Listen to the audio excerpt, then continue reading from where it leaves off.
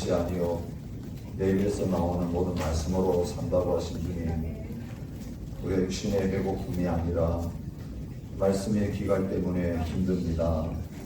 영혼의 메마름 때문에 힘듭니다.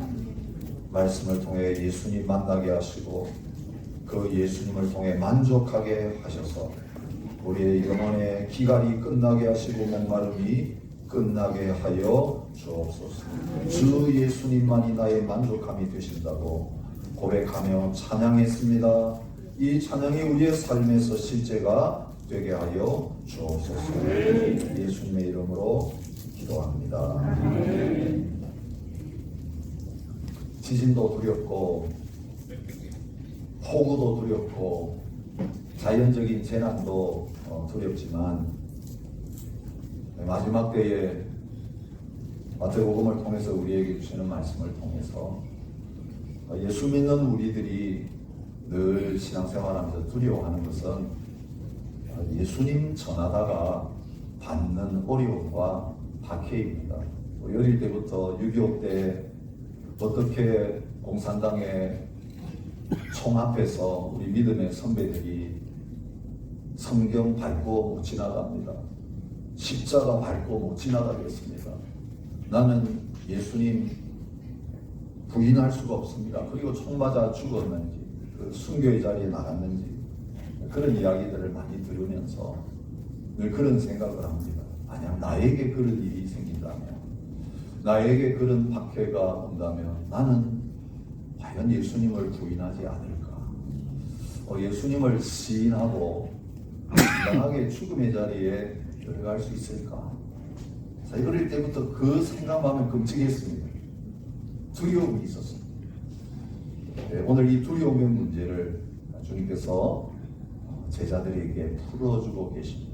그리고 이제는 담대하게 믿음을 증언하는 자리로 나아가게 만드시는 본문, 제자들 파송하시면서 주신 설교를 통해서 저와 여러분들이 함께 생각하게 하십니다. 저는 오늘 많은 성경의 말씀들을 가지고 여러분들을 만나기를 원치 않습니다. 오늘 이 시대에 같은 시대를 살아가면서 예수님을 당당하게 시인하고 부러워하지 않고 증거한 우리 믿음의 증인들 좀 구체적으로 소개해드리면서 이 증인의 삶, 우리도 함께 이 노년에 또 우리의 남은 삶에 살아갔으면 좋겠다. 그런 결단과 헌신이 일어나는 이 시간이 되었으면 좋겠습니다. 여러분 보셨을 거예요. 지금도 유튜브에 들어가셔서 맨발의 전도사 이렇게 치시면 나오는 풀 영상이 있습니다. 그런데 짧은 영상, 그것을 줄여가지고 만든 최춘선 할아버지에 대한 영상 잠시 보고 말씀을 전해드리겠습니다.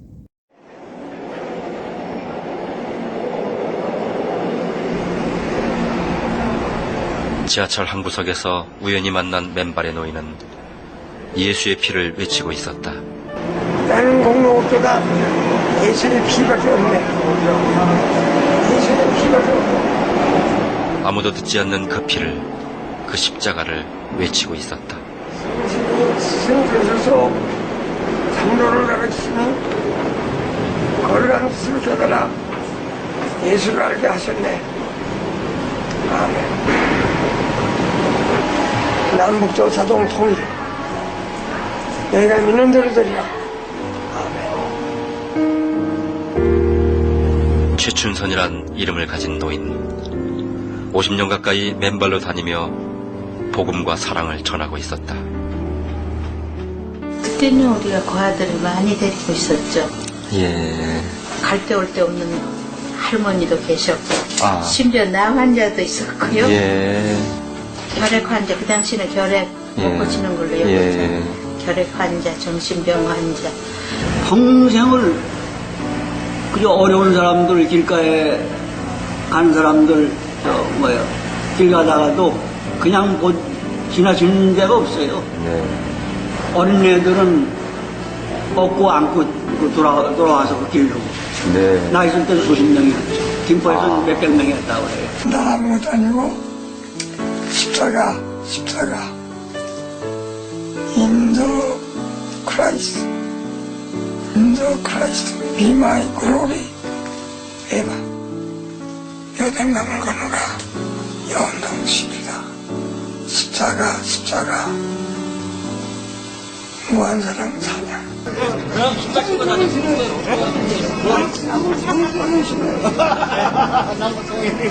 나 바빠요. 남북통일이 김정일이 가는 거지. 언약하신 그 사랑 품에 영원한 안식 얻겠네. 2001년 9월 4일, 요건 지금 돌아가시기 2001년 9월 8일날 돌아가시다고 나흘 전입니다. 이게 지금. 당신이 돌아가실 날을 알고 계셨다.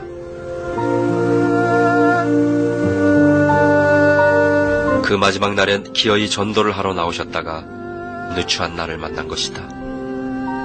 그토록 사모하던 주님 품에 안기는 날이기에 기어이 맨발로 나섰던 것이다.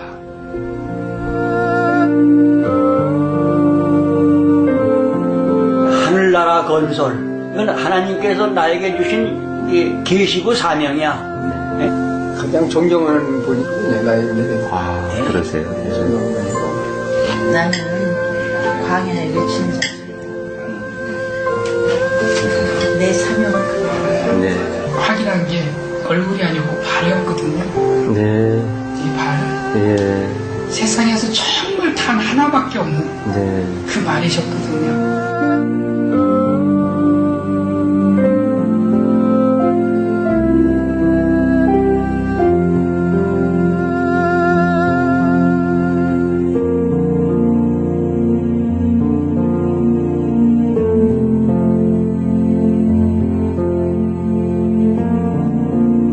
그래서 이런 할아버지를 만난다면 정신 나간 거지 노인인가 아마 그런 평가를 우리가 할 겁니다. 근데 이 최주선 할아버지 일본 와세다 대학을 나오신 분입니다. 5개 국어를 할 줄 아는 수재였습니다. 그리고 해방전에는 만주로 건너가서 김구 선생을 도와서 함께 독립운동 하신 분입니다. 오남매를 목사와 교수로 키워내셨습니다. 나중에 나와서 아버지 그 발 가지고 확인했던 그분이 목사님이세요. 아드님이십니다. 큰 부잣집 아들로 태어났습니다.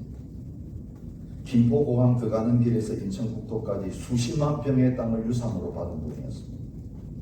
도쿄 유학 중에 하나님의 은혜를 경험했고 이후에 목사가 되어서 하나님의 사랑과 복음을 전파하는 일에 헌신했습니다.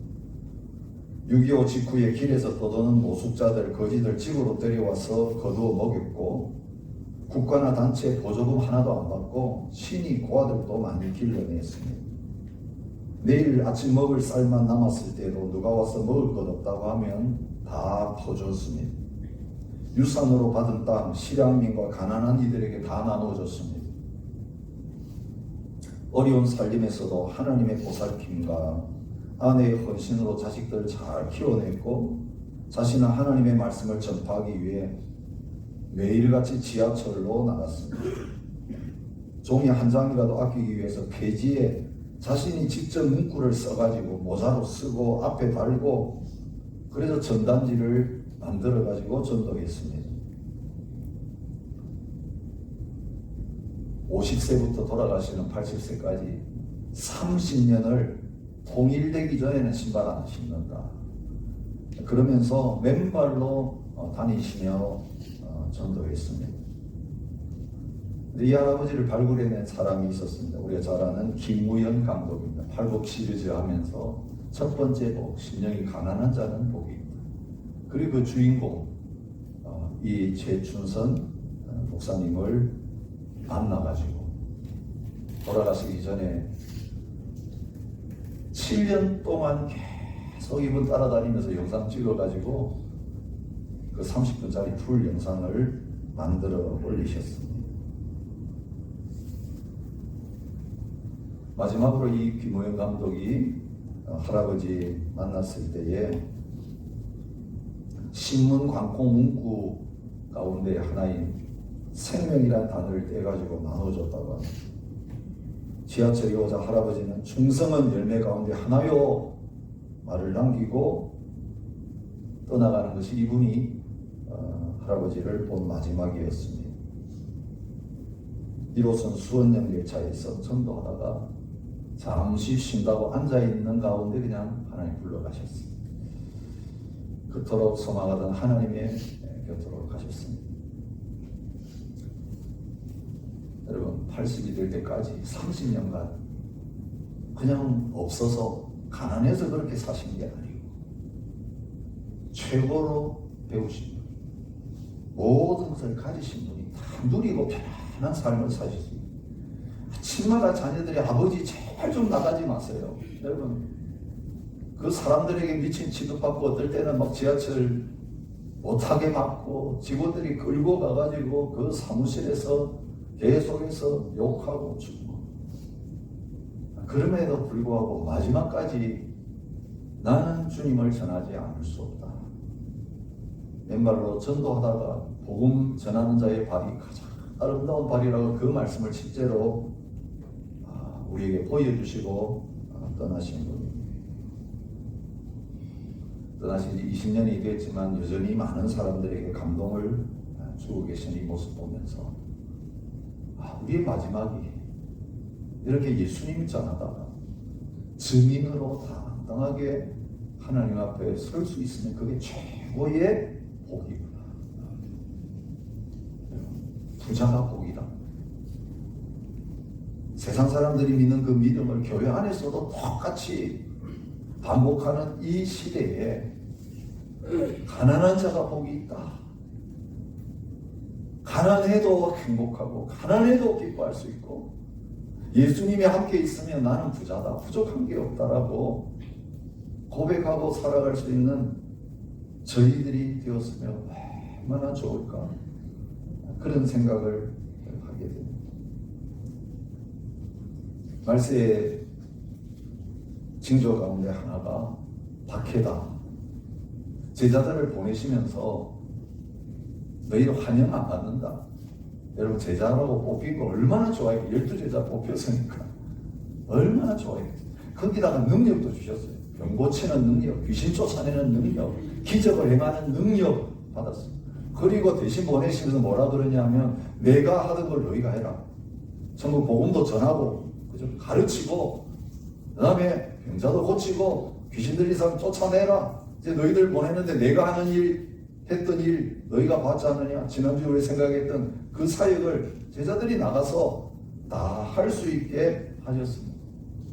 여러분 여기까지 같으면 우리가 제자 안 되려고 한 사람 누가 있겠습니까?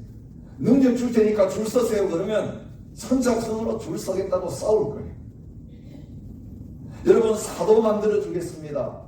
여러분 제자라는 이름 주겠으면 누가 줄 안 서겠어요? 복 받습니다. 잘 됩니다. 근데 예수님께서 그 능력만 주신 게 아니라 제자들 그 능력 받아가지고 나가가지고 예수 이름으로 사기칠까 봐서 자기 따르게 만들고 그걸 가지고 돈벌이하고 성공할까 봐서 예수님께서 꽉 못을 하나 박으시면서 자 너희들 이제 제자로 나가는데 이거 각오해야 된다고 하신 말씀이 뭡니까? 너희들 나가면 환영받지 못한다. 내 이름 들고 나가면 이제는 욕먹고 밖에 당할 뿐만 아니라 법정에 다 서게 될 거다. 그 당시에 법정이 어디입니까? 공회입니다. 예수님이 잡히셔서 재판받으시고 사형 판결 받으셨던 그 장소가 유대인들의 최고 법정인 70인들이 모여서 재판하는 공회라고 하는 거죠. 17절에 말씀하세요. 그들이 너희를 공회에 넘겨주겠고 그들의 회당에서 채찍질하리라. 또 너희가 나로 말미암아 총독들과 임금들 앞에 끌려가리니. 이게 예수님 당시에 예수님이 경험했던 일이고 사도행전에 예수님 전하던 예수님의 제자들, 예수님 믿는 사람들이 경험했던 일이고 우리 사도행전 마지막에는 바울이 예수님 전하다가 로마 황제 앞에까지 걸려가서 재판받게 되어지는 그 이후에 그대로 다 이루어졌던 일입니다. 21절에 장차 형제가 형제를 아버지가 자식을 죽는데 내주며 자식들이 부모를 대적하여 죽게 하리라. 또 너희가 내 이름으로 말미암아 모든 사람에게 미움을 받는다. 집안에서 쫓겨나고 모든 사람들에게 미움받는 자리에 서는 게 예수 믿는 순간, 그리고 내가 예수쟁이요 예수님을 사람들에게 전하는 순간에 예수님의 이름 그것 때문에 그런 일을 당한다고 말씀하죠. 근데 오늘까지 이 말씀 그대로 기독교 역사를 통해 이루어졌습니다. 매년 1월이 되면 박해 지수를 오픈도어 선교회가 발표를 합니다. 월드리치 리스트 2023 지난 1월 18일에 발표가 됐습니다. 작년에는 1위가 그동안 쭉 박해 제일 많이 받는 나라 1위가 어디였습니까? 북한이었습니다. 근데 아프가니스탄이 1위를 작년에는 차지했어요. 근데 올해 다시 북한이 1위로 들어갔습니다. 바로 같은 동족입니다.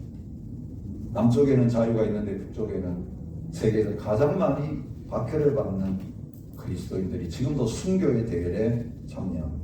지난 한 해 5,600명 이상의 기독교인들이 순교당했습니다. 2,100개 이상의 교회가 공격받고 폐쇄됐습니다. 12만 4천 명 이상이 신앙을 이유로 타족으로부터 쫓겨났습니다. 15,000명이 난민이 됐습니다. 박해 10대국 북한, 소말리아, 예멘, 에리트리아, 리비아, 나이지리아, 파키스탄, 이란, 아프가니스탄, 사단 6천만 명 이상의 크리스찬이 믿음 때문에 높은 수준의 박해와 차별을 받고 있습니다. 전 세계 기독교인 7명 중에 1명은 박해받는 국가에 살면서 박해받고 있습니다. 아프리카 기독교인은 5명 중 1명, 아시아 기독교인은 5명 중 2명, 라틴 아메리카 기독교인은 15명 중 1명이 박해를 받고 있습니다. 우리가 속한 아시아에서 가장 많은 박해가 일어나고 있는 것을 볼 수 있습니다. 그런데 이 박해가 있는 마지막 날에 여러분, 이 박해가 말세의 징조고 이 박해의 마지막 순간에 주님이 오실 때인데, 여러분, 박해 가운데 있는 이 마지막 때를 시련 통과하면서 살아있는 저희들에게 마태복음을 통해서 주님께서 아주 중요한 말씀 하나를 하시면서 우리를 돌아보게 하십니다. 우리가 이미 묵상했던 7장 22절 말씀이에요. 주님 심판하시는 그날에 많은 사람이 나더러 이르되 주여 주여 우리가 주의 이름으로 선지자 노릇하고 귀신 쫓아내고 많은 권능을 행하지 아니하였나이까. 여러분, 제자들 파송하면서 그런 거 다 주셨어요. 근데 그거 행하면서 환영받고 돈 벌고 잘 되고 큰 교회 만들고 와 대단한 믿음의 능력 있는 사람이다 칭찬받은 거 주님 앞에 자랑했는데 주님이 그들에게 밝히 말씀하십니다. 여기 밝히 말하되 라고 이번역에는 말씀이 재미있게도 너희가 나를 시인하며 이라고 보니까 그 단어 같은 단어를 내가 너희를 도무지 알지 못하니 불법을 행하는 자들아 내게서 떠나.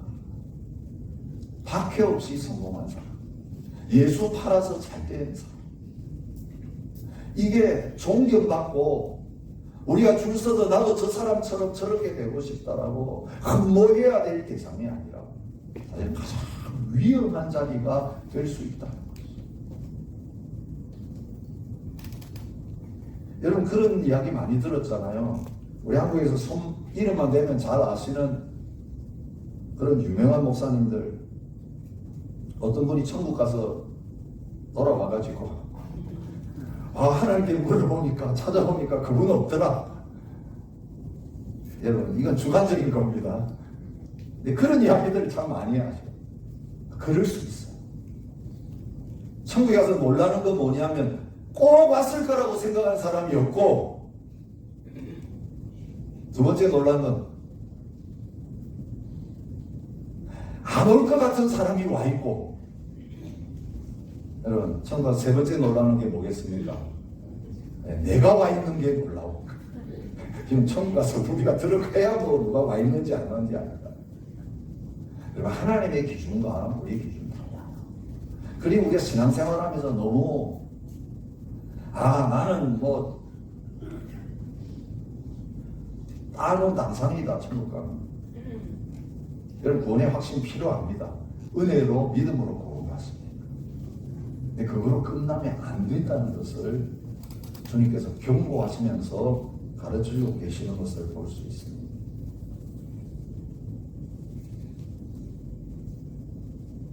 이기는 자는 이와 같이 흰옷을 입을 것이요 내가 그 이름을 생명책에서 결코 지우지 아니하고 그 이름을 내 아버지 앞과 그의 천사들 앞에서 시인하리라. 요한계시록에서 박해받는 교회를 향하여 말씀하셨습니다.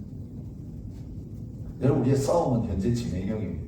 예수 믿고 구원받은 것은 군인으로 이제 발령받아가지고 전쟁터에 보냄받는 것 같습니다.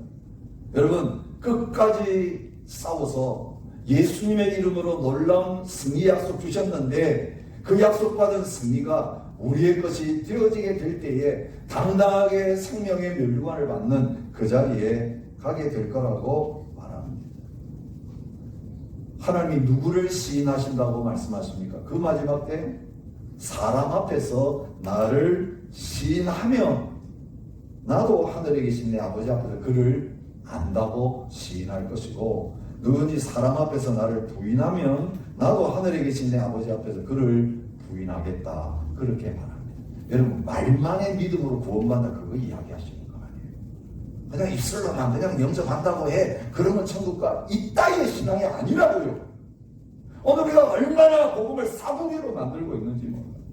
그냥 입으로 예수님 시인하고 세례받고 그냥 교회 좀 다니고 이게 신앙생활의 전부라고 생각해요. 아니요. 신앙은 하나님 아버지와 우리의 관계예요. 독생자의 피로 우리를 감추고 사셔서 하나님의 자녀가 되게 하셨어요. 그 다음에 이 자녀의 은혜를 받은 저희들이 이제 나는 하나님의 자녀다. 마음으로 믿고 사람들 앞에서 나 예수 몰라요. 그런 신앙생활 하는 게 아니에요. 진짜 제대로 생명을 받고 은혜를 받고 은혜가 뭔지 아는 사람이라면 이건 우리가 우리 아버지 부끄러워하지 않는 것처럼 당당하게 사람들 앞에서 하나님은 나의 아버지시고 예수님은 나의 주인이십니다. 그리고 나는 그분의 자녀입니다. 네, 당당하게 실제니까 그렇게 시인하는 자리에 서게 된다. 그것을 말씀하십니다. 전에는 믿음 없을 때는 부끄러워하면서 살았는데 주일날 교회 올 때도 성경책 숨겨가지고 요즘 성경책 가질 필요도 없죠. 핸드폰에 그냥 다 담겨 있으니까. 교회 가는지 안 가는지 표낼 필요가 없어요. 근데 옛날 저희 어릴 때는 교회 가는 사람은 성경 찬송을 들고 가야 됐기 때문에 표가 났어요. 저 사람들 교회 가는구나. 그것마저도 부끄러워서 못하는 경우들이 있었던 것입니다. 우리가 여기 말합니다. 하나님 앞에서 믿습니다 시인한 사람들은 그 믿음을 사람들 앞에서도 시인해야 된다. 그것을 말하고 있습니다.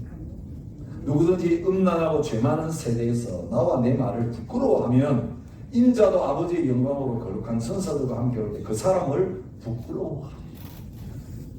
여러분 여기 시인한다는 말은 무슨 용어냐 하면요, 법정에서 나는 그분을 압니다, 그분을 믿습니다라고 증언하는 법적 용어예요. 그냥 내가 개인적으로 하나님 앞에 믿습니다 시인하는 그걸 말하지 않습니다. 여러분 초대교회 상황이 어떤지 아시잖아요.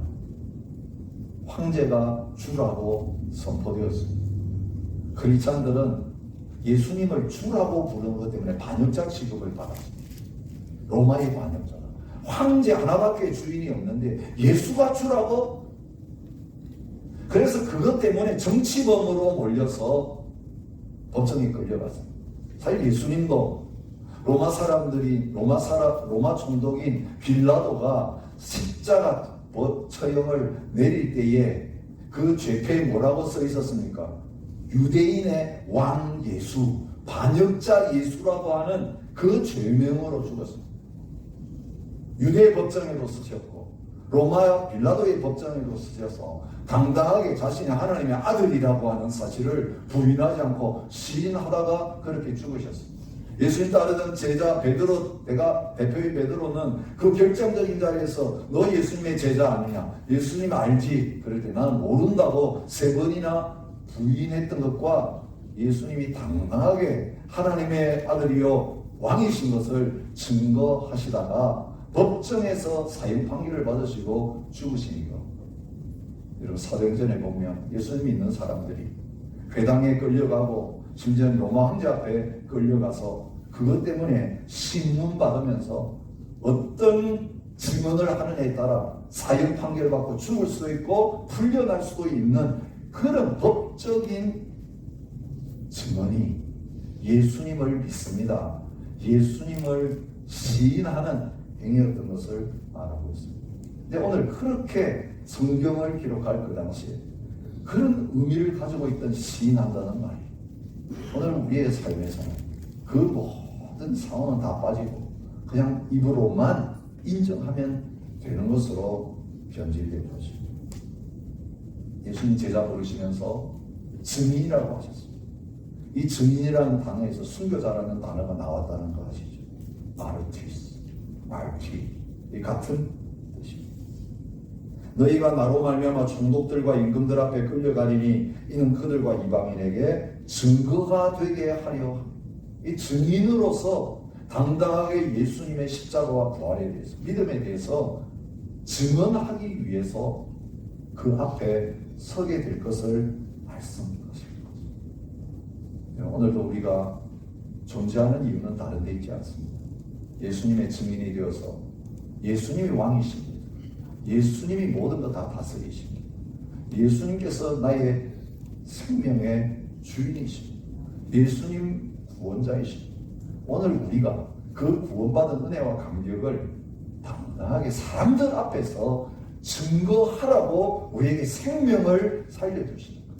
여러분 증거하려고 뭐 알아야 되니까 예수님에 대해서 복음에 대해서 설교를 통해 듣고 성경 공부를 통해서 배워봐야 되는 거예요.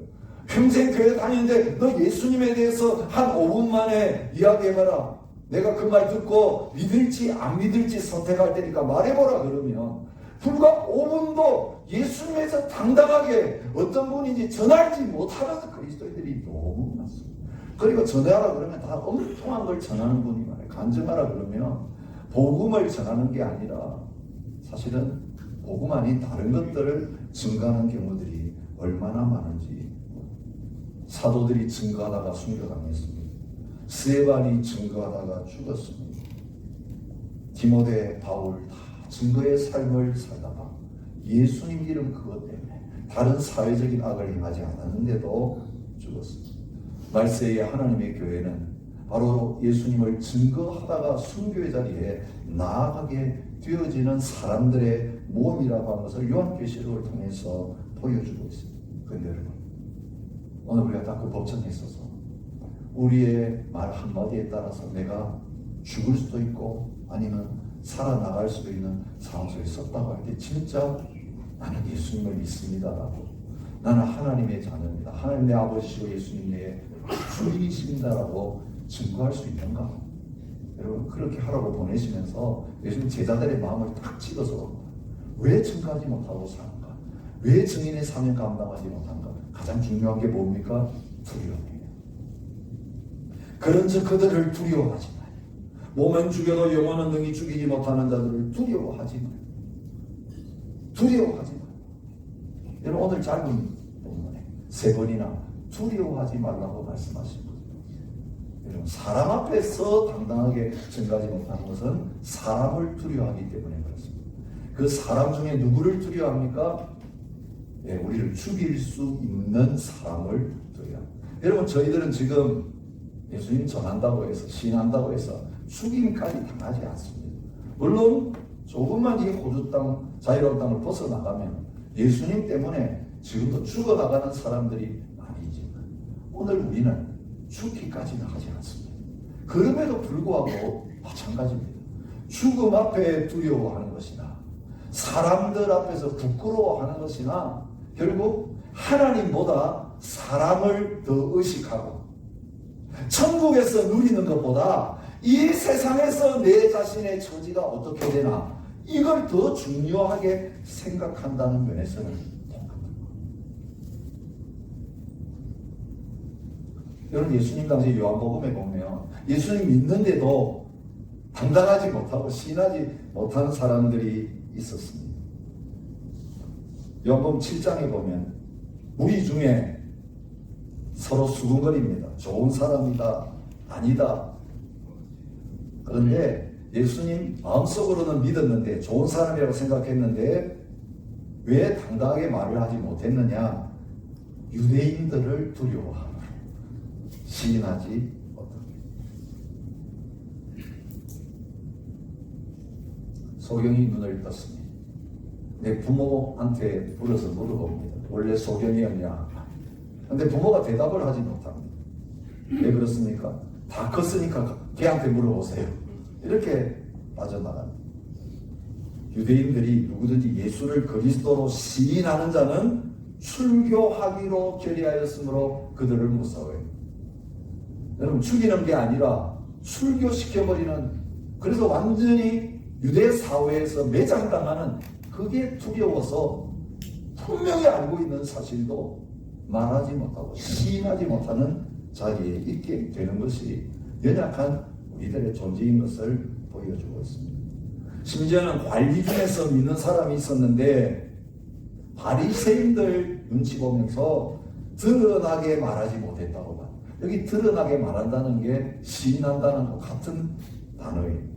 이는 출교를 당할까 두려워. 여러분 아리마대 요셉 같은 사람도 그런 사람이었어요. 숨은 제자였어요. 근데 여러분 예수님 죽은 다음에 오히려 당당하게 나와가지고 시체를 달라고.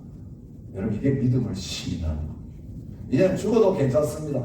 예수님 진짜 돌아가신 거 보니까 이제는 내가 숨어 있을 수가 없습니다 하면서 당당하게 시체 달라고 할 정도로 예수님 앞에서 믿음은 가지고 있으면서도 두려워서 자신을 밝히지 못하는 사람들이 많이 있는 것을 볼 수 있습니다. 그래서 예수님께서는 제자들에게 나타나시면서 제일 먼저 하신 말씀이 뭡니까? 두려워하지 마. 숨어있는 제자들에게 부활하신 다음에 나타나면서 평강이 너희에게 있을지 두려워하지 마. 적은 무리여 무서워 말라. 너희 아버지께서 그 나라를 너희에게 주시기를 기뻐하십니다. 여러분 바울은 두려움이 없었겠습니까? 두려워하고 있는 바울에게 밤의 환상 가운데 하나님 주님이 나타나셔서 하시는 말씀도 마찬가지입니다. 두려워하지 말며 침묵하지 말고 말하라. 바울아 두려워하지 말라. 내가 가이사 앞에 서야 한다.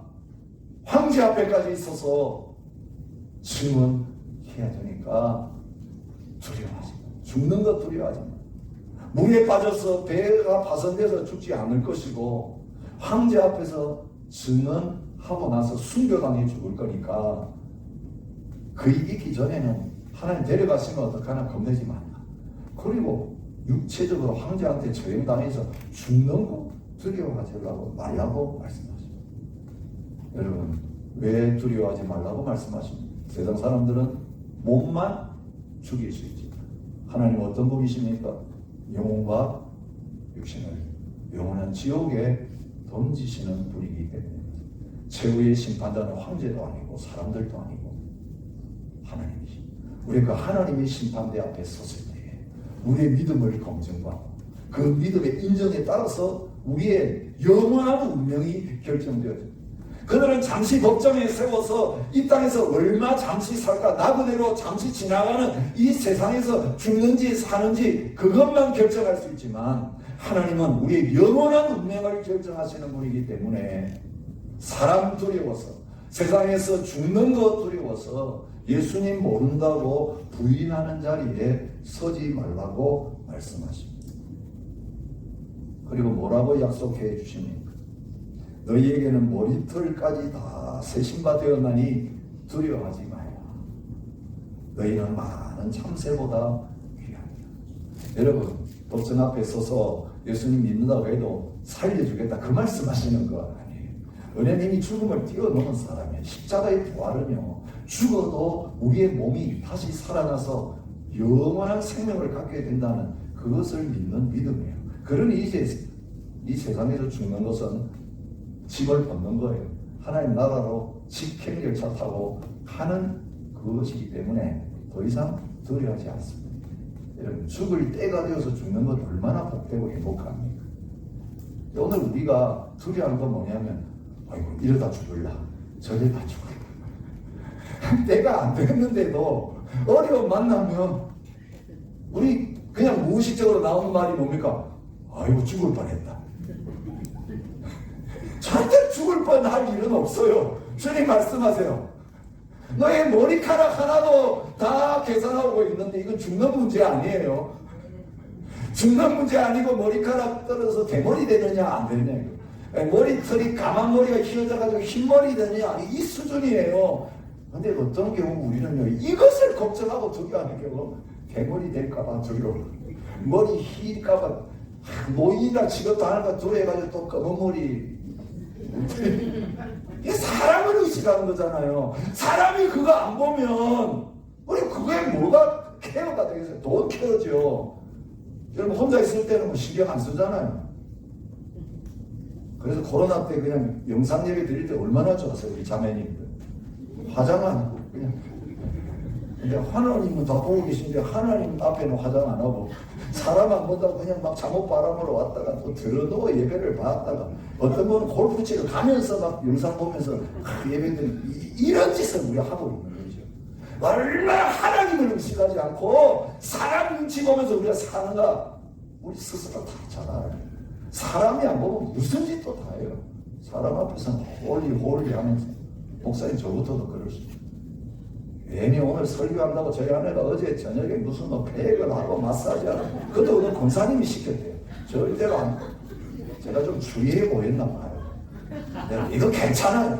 제가 빼져 말라도 괜찮고 뭐 얼굴에 뭐 검은 버섯이 나든 말든 그게 중요한 게 아니고 내 영혼이 하나님 앞에서 바른가 이게 중요한 거잖아요. 어떤 목사를 여러분 원하세요? 겉보기에 나이스한 목사를 원하세요? 같은 저 최춘서 목사님 어느 날 또 갑자기 맨발 벗고 와가지고 옷도 제대로 안 해요. 이래지만 진짜 말씀 하나하나는 사람 겁내지 않고 제대로 된 말을 여러분에게 선포할 그런 목사를 원하세요. 실제로 여러분 아멘 해도 제가 그렇게 나오면 다음에 교회 안 올 사람 저 돌아간다 싶어. 실제로 그래요. 여러분 최순수 목사님 그런 분인데 돌아다니면서 여자를 보면 미스 코리아 유관순, 남자를 만나면 미스터 코리아 안중근 그럴 것 아니에요. 이분이 애국지사이기 때문에 모든 대한민국의 남자 여자가 유관순 같고 안중근 같은 그런 민족의식을 가지고 통일을 가는 그런 사람이 되기를 원하는 거예요. 그럼 그분의 메시지는 불신지역 예수는 그게 아니었습니다. 근데 그분 그거 부끄러워하지. 당당하게 하나님 우리 다 알고 계세요. 언제 죽을지 다 알고 있어요. 여러분 그 영상 보셨잖아요. 돌아가기 전날 자기 찬송가에 계속 천국 찬송만 찾으셨어요. 거기다 줄 쳐놓고 메시지. 그 다음에 9월 8일 망 본인이 써놓으셨어요. 그리고 죽는 날 알고 죽기 위해서. 근데 어떻게 죽기 위해서? 죽을 때 침대에서 죽으면 안 되지. 집에서 죽으면 안 되지. 전도하다가 죽어야지. 여러분 오늘 내가 어디에서 뭐 하다가 죽느냐가 중요해요. 살아보려고 바둥거리다가 병상에서 죽느냐, 아니면 편안하게 누워가지고 침대에서 죽느냐, 아니면 이 몸이라도 나가서 예수 전하다가 길거리에서 죽느냐. 여러분 우리에게 죽는 날 하나 정해 주셨다면 그 전에 뭐 죽을까봐 걱정하지 마시고 제일 중요한 건 내가 마지막까지 예수님을 시인하고 믿음을 전하다가 죽느냐, 잠시 떠날 세상에서 얼마나 호의호식하며 잘 먹고 잘 살다가 죽느냐 이거 생각하면서 사는 사람이 될 건지. 나는 그걸 결정하라고 말씀합니다. 암이 있다고 안 죽습니다. 편안히 자다가도 죽을 수 있습니다. 아무 병도 없는데. 하나님 우리 오늘 또 살려주셨어요. 이 자리에 와서 예배하게 하셨어요. 우리 건강하기 때문이 아니에요. 저와 여러분에게 사명이 있기 때문에 그래요. 뭘 해야 될지 증인답게 살다가 하나님 앞에 와라. 그리고 예수 전하라가 죽는 건 제일 좋은 거다. 오늘 이 말 듣고 주님 앞에 남은 삶 그렇게 살라고 하시면서 말씀하세요. 그리고 그 가다가 사는 사람은 하나님이 너희를 참새보다 더 귀하게 생각, 자식으로 생각하니까 얼마 전에 들었잖아요. 아들이다, 하나님의 딸이다. 그 자부심 가지고 다 정해놓으시고 하나님께서 다 보호해 주시니 그 사명 마칠 때까지는 가는 법 없어. 그 사명 끝날 때까지는 어떤 어려움 당해도 죽는 법 없어. 그리고 그 사명 감당하고 나면 이제는 결승적이다. 주님께서 데려가십니다. 그 일목산 날이 있는 것은 두려워할 필요 없다고 하시면서 이 세상에 살면서 이 세상에서 뭐 어떻게 될까? 높아질까? 낮아질까? 뭐 먹고 사는 게 어떻게 될까? 사람들이 뭘 생각할까?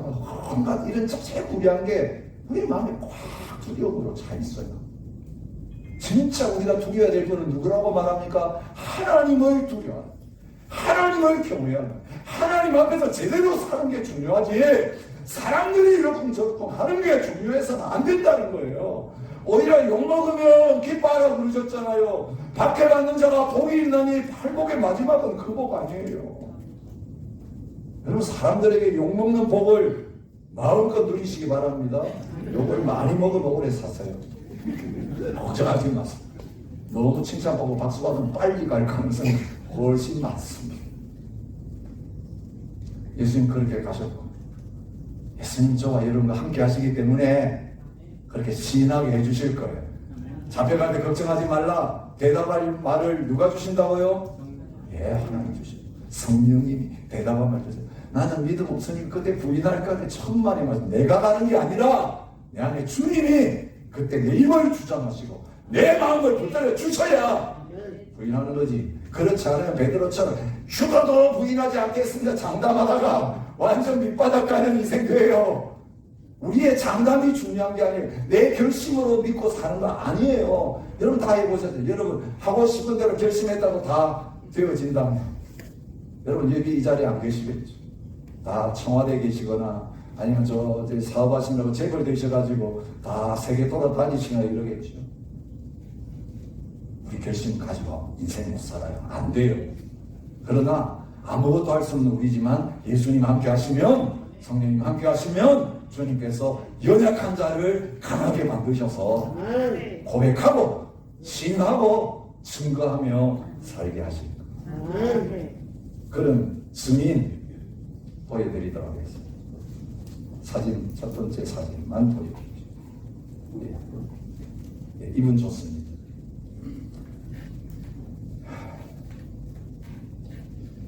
나이지리아 소년이에요. 여러분 얼굴을 보시죠. 흉터. 한쪽 눈은 아예 파버려가지고 없고 한쪽 눈은 실명당해가지고 지금 보지 못하는 소년입니다. 8년 전에 이슬람 반군이 이 소년이 살고 있는 단주마 마을 습격해가지고 가옥 태우고 기독교인 살해했습니다. 그때 13살이었습니다. 정글용 칼로 머리에 상처를 입히고 오른쪽 눈을 파내고 왼팔을 난도질해서 방치했습니다. 죽은 줄 알고 무덤을 파다가 얘가 단주마가 부르짖는 소리를 듣고 가까운 병원으로 데려갔고 겨우 안정을 찾고 치료를 받고 나서 살게 됐습니다. 그리고 나서 놀라운 고백을 이 소년이 해요. 난 그들을 용서합니다. 그 사람들은 자기가 무슨 일을 하고 있는지 알지 못하니까 그렇습니다. 누구의 말입니까?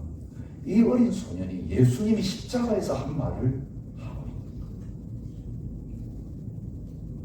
그들에게 사랑이 있었다면 그들은 절대 그렇게 행동하지 않았을 거예요. 여러분 수술과 재활 치료 받은 다음에 시각장애인을 위한 학교에 등록하고 어머니가 이 아이 돌보다가 나중에 형이 이 아이를 돌보고 글자 알았지만 맹인이 됐으니까 정사 읽는 법을 다시 다 배우고 처음부터 다시 교육을 받고 이제 고등학교를 다니고 있는 소년이 있습니다. 여러분, 이런 증인들의 이야기를 찾아보려면 한이 없습니다. 순교자의 소리라고 하는 단체가 있습니다. 그 사이트에 들어가면 매달마다 그런 증인들의 스토리들을 세계 곳곳에서 듣게 됩니다. 그리고 오늘 우리들이 처해 있는 상황은 이들이 처해 있는 상황에 비하면 아무것도 아닙니다. 왜 부끄러워? 뭘 무서워? 무슨 사람들의 시선과 말에 오늘 내 안에 계신 주님은 탄식하고 있는데, 내 안에 계신 성령님은 근심하고 계시는데, 하나님 앞에서 살지 못하고 사람들 앞에 살 때가 얼마나 많은지. 지금 우리에게는 죽어도 영원한 생명이 있습니다. 하나님의 나라가 있고 상급이 있습니다. 오늘 죽어도 괜찮아요. 어떻게 죽는가 죽어요. 우리 최춘선 할아버지 아름다운 믿음의 증인처럼 우리는 항상 주님 증거하는 증인으로서 당당하게 예수님 시인하다가 하나님 앞에 설 수 있는 저와 여러분 되시기를 축복합니다. 이렇게 찬양한 귀한 예물 드렸습니다. 복음 증거되는 일에 쓰임받게 하시고 저희 교회도 복음의 증인되는 교회 되게 주옵소서. 예수님의 이름으로 기도합니다. 아멘. 이제는 우리를 위해서 십자가에서 죽어주신 진정한 증인 되신 예수 그리스도의 은혜와 아버지 하나님의 놀라우신 사랑과 성령의 교통하심이 예수님 시인하며 살아가기로 결단하고 증거해야 될 이 세상 사람들 가운데로 나아가는 모든 하나님의 증인들 위에 주의 몸된 교회 위에 이제로부터 영원히 함께 있을지어다. 아멘.